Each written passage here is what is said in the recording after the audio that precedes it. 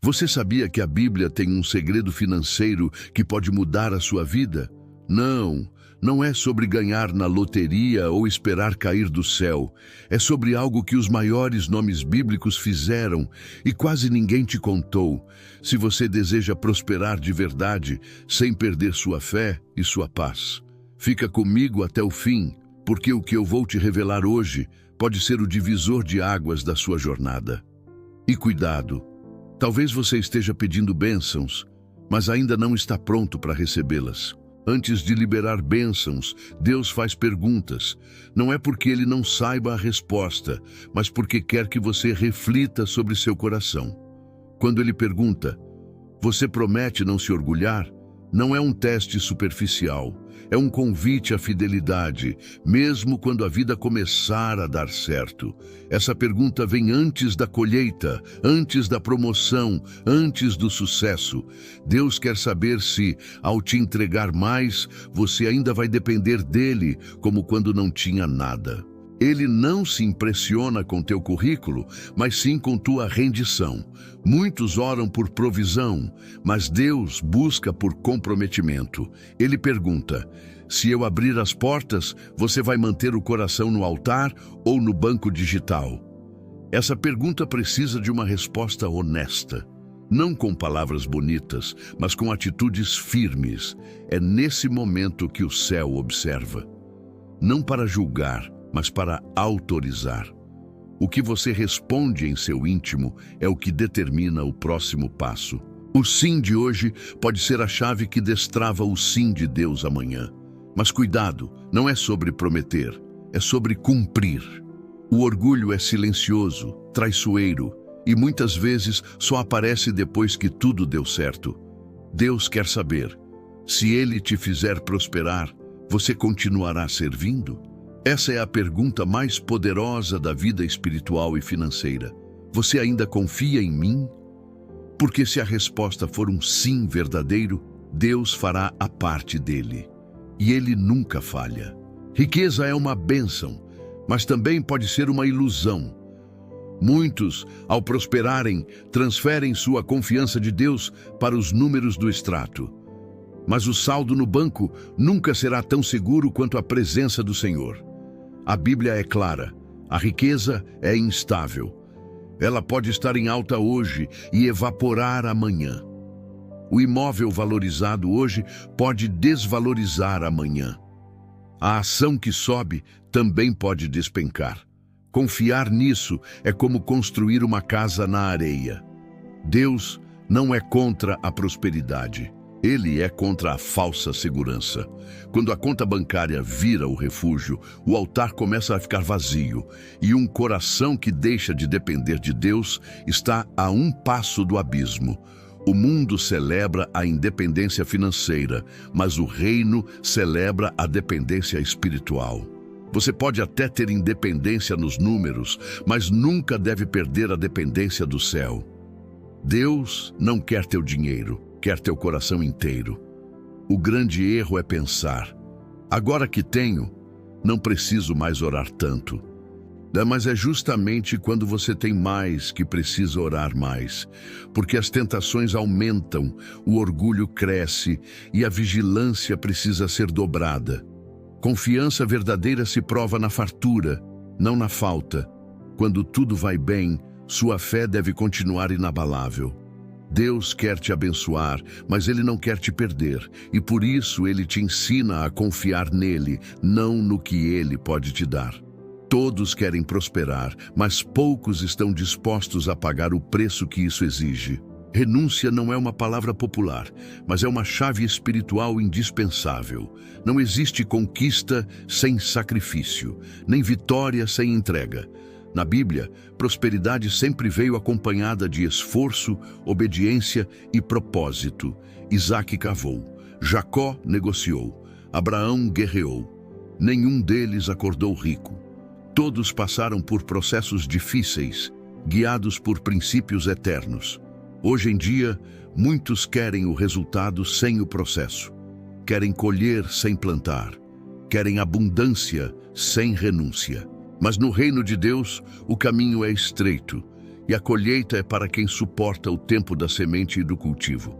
A renúncia não é perder, é escolher algo maior. Quando você abre mão do orgulho, da pressa, da desobediência, você está se alinhando com o plano de Deus. E isso sim gera resultados duradouros. Prosperar sem princípios é como construir um castelo de areia, bonito por fora, frágil por dentro. Deus quer te prosperar, mas Ele só prospera aquilo que Ele abençoa. E Ele só abençoa aquilo que está dentro da sua vontade.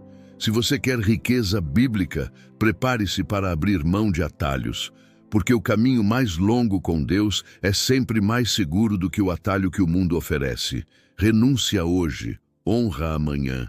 A Bíblia diz que Isaque se tornou riquíssimo, mas isso não aconteceu do nada.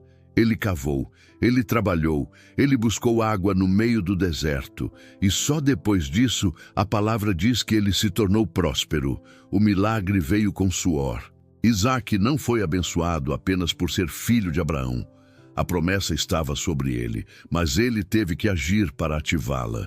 Muitas promessas na sua vida estão esperando atitude.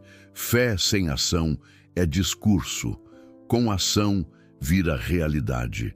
Se tornar especialista em poços significa ser alguém que sabe onde está a fonte e não desiste até alcançá-la.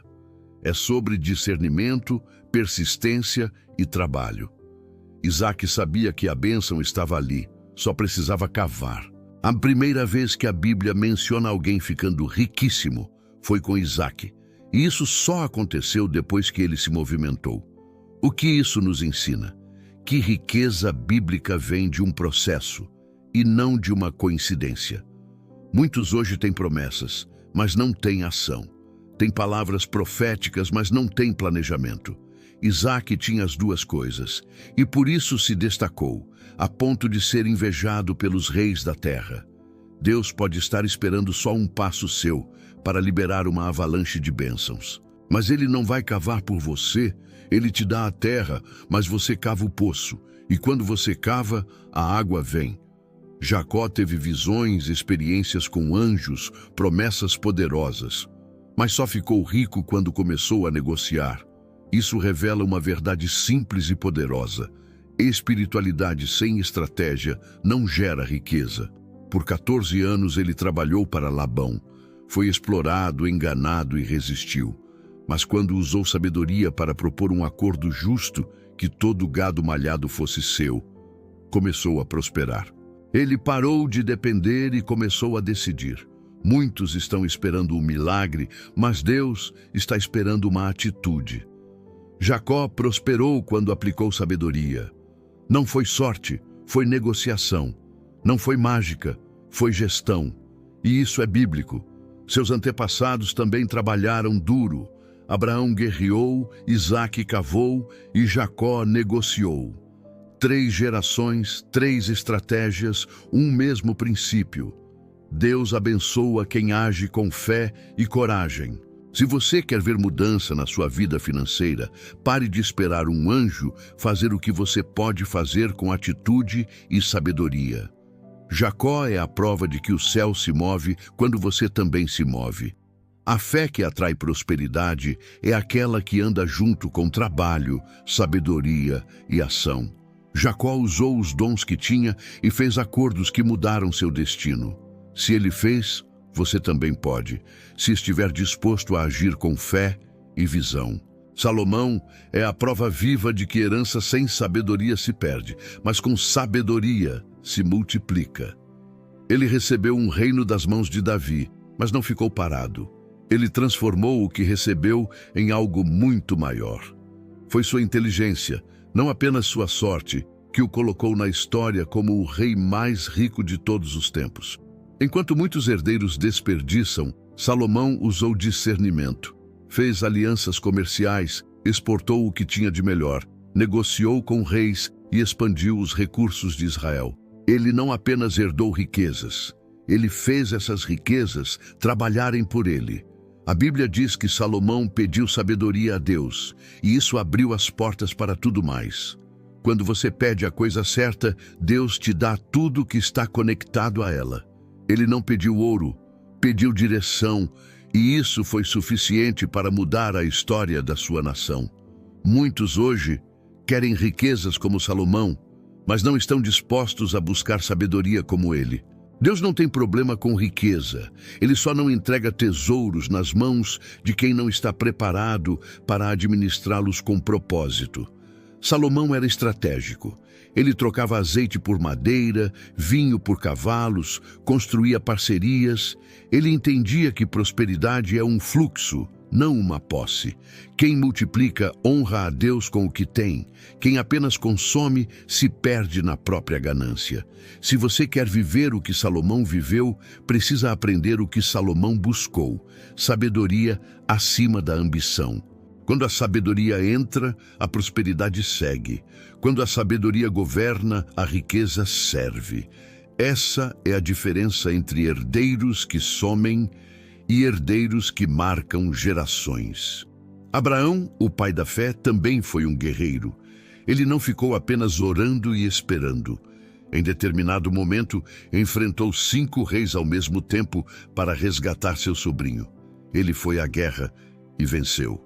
E nessa vitória, conquistou territórios e riquezas. Isso nos ensina que, mesmo sendo espiritual, Abraão sabia que a fé exige ação.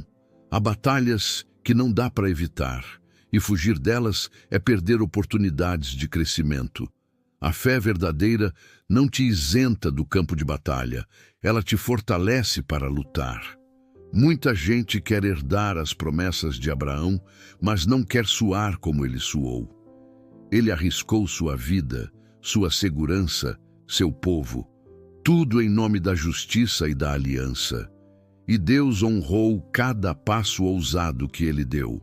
Hoje, você pode estar enfrentando suas próprias guerras, problemas familiares, dívidas, saúde emocional, e talvez esteja pedindo para Deus tirar isso. Mas e se Ele estiver te treinando para vencer? Se a batalha for a ponte para a tua herança? Abraão mostra que não basta ter fé, é preciso ter coragem.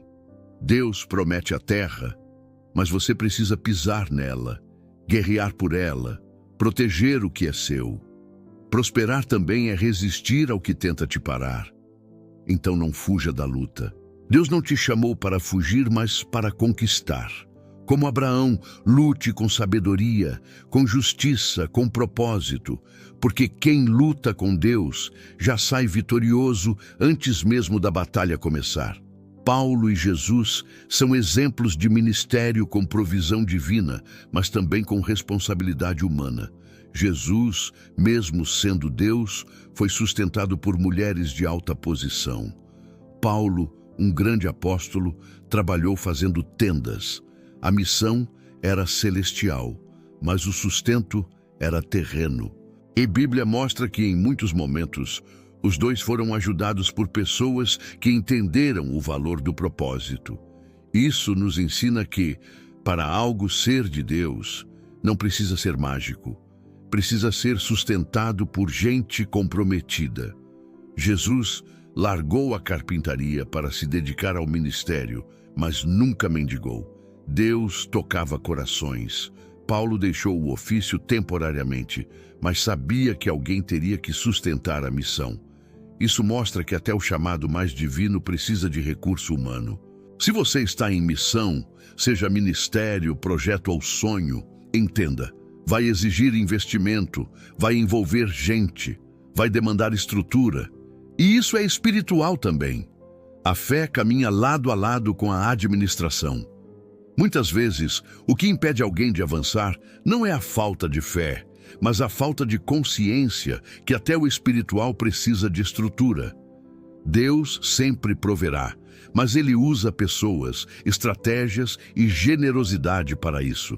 Portanto, não romantize a missão. Se Deus te chamou, Ele também quer te sustentar. Mas para isso, você precisa entender que Ele fará através de conexões, ofertas, trabalho e parcerias. Foi assim com Jesus. Foi assim com Paulo. Será assim com você. Esther e Ruth são 2 mulheres que prosperaram e mudaram o rumo de nações por meio de decisões estratégicas. Seus casamentos foram muito além do romantismo. Eles foram direcionamentos divinos, oportunidades aproveitadas com sabedoria. Ruth, ao decidir seguir Noemi, abriu mão de um passado para entrar no destino. Esther, ao se preparar com excelência, conquistou o coração do rei. Nenhuma das duas usou a posição para si mesmas. Ambas usaram o que conquistaram para salvar seu povo. O mundo pode chamar isso de sorte, mas a Bíblia chama de propósito. Essas mulheres entenderam que portas se abrem para quem está pronto e que favor divino é atraído por quem tem disposição para obedecer e servir. Casamento, para elas, foi um meio de cumprir uma missão maior.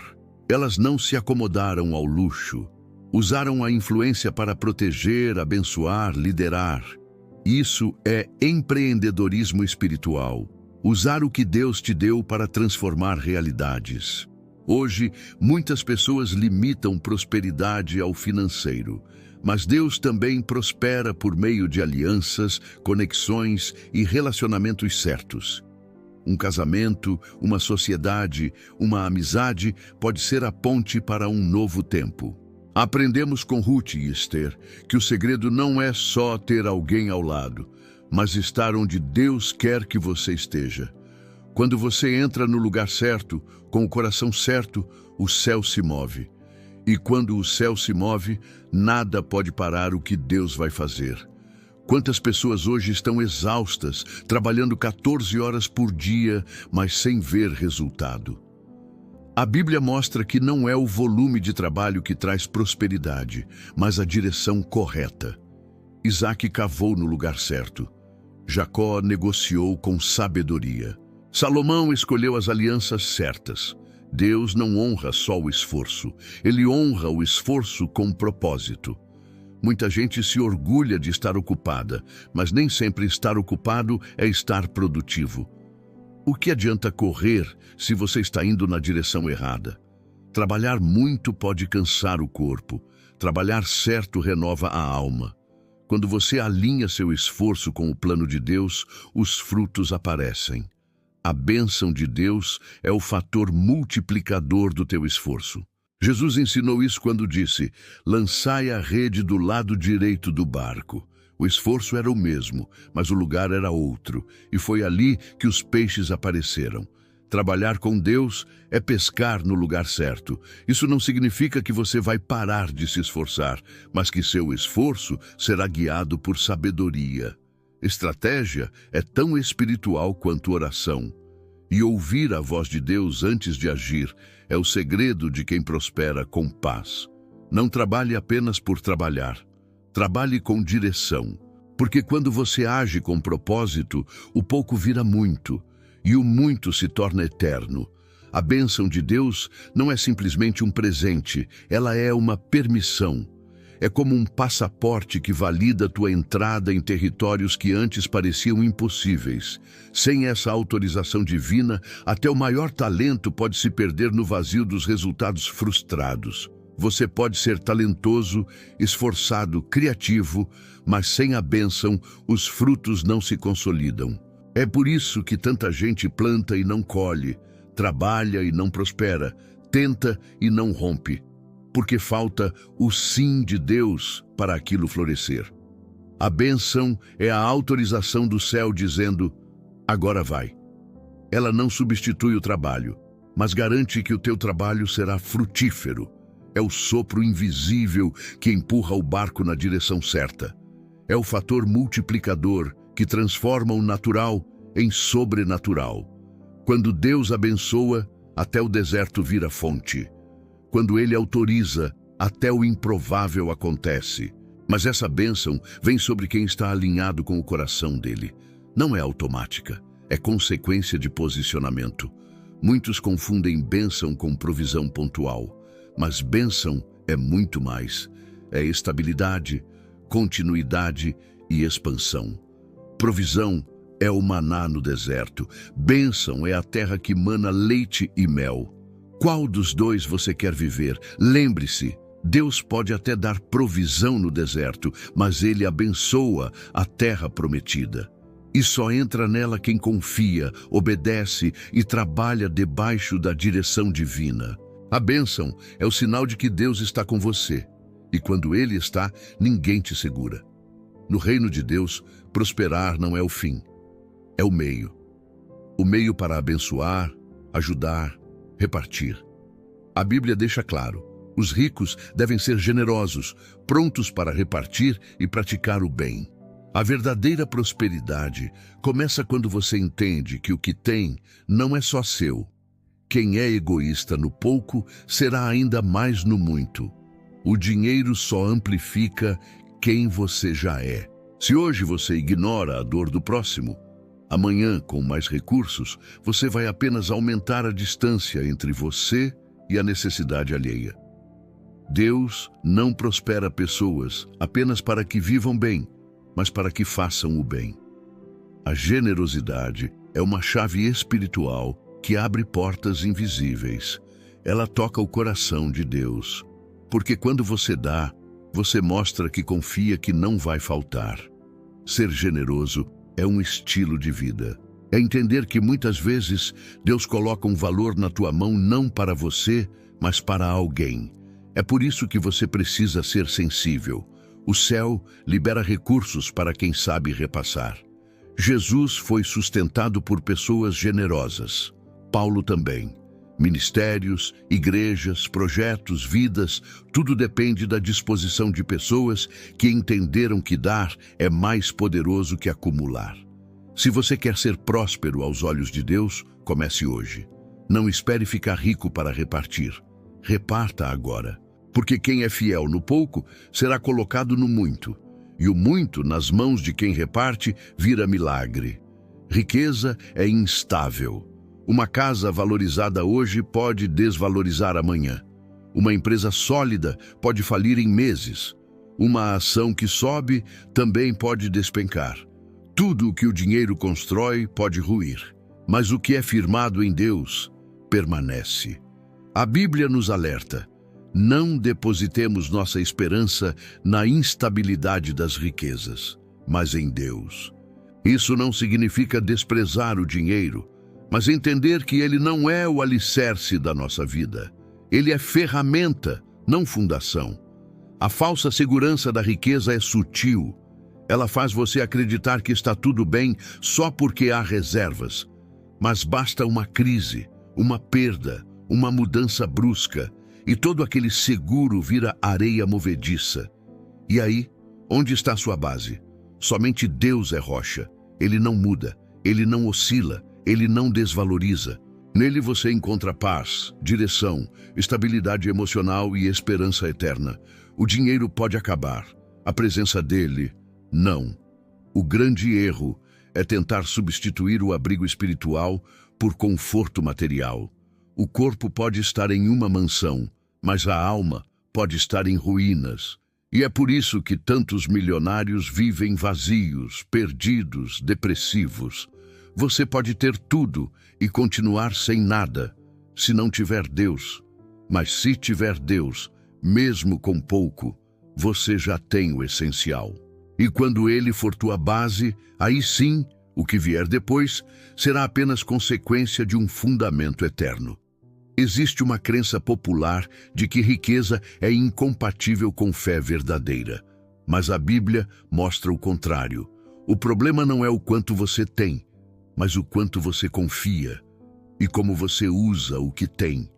O apóstolo Paulo instruiu Timóteo a exortar os ricos, não a condená-los.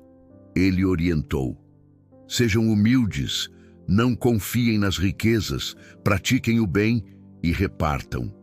Se o rico fizer isso, ele também herdará o céu. Não é sobre quantidade, é sobre postura. O que impede muitos de entrarem no reino não é o dinheiro, é o orgulho, a arrogância, o egoísmo. É a ilusão de que podem tudo sozinhos. Mas quando o coração é humilde, mesmo com muitos bens, o céu se abre. A fé não é seletiva com o saldo bancário. Deus olha o coração. Se o rico entende seu papel, ele se torna um dos maiores instrumentos do reino. Porque com recursos e obediência, ele pode transformar nações.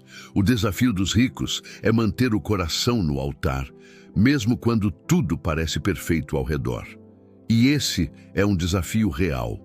Por isso Jesus disse que é difícil, mas não impossível. E Paulo confirmou: eles podem sim acumular tesouros para a vida eterna. Então, se você está crescendo financeiramente, glorifique a Deus. Mas não perca a essência. Continue fiel, continue generoso, continue dependente.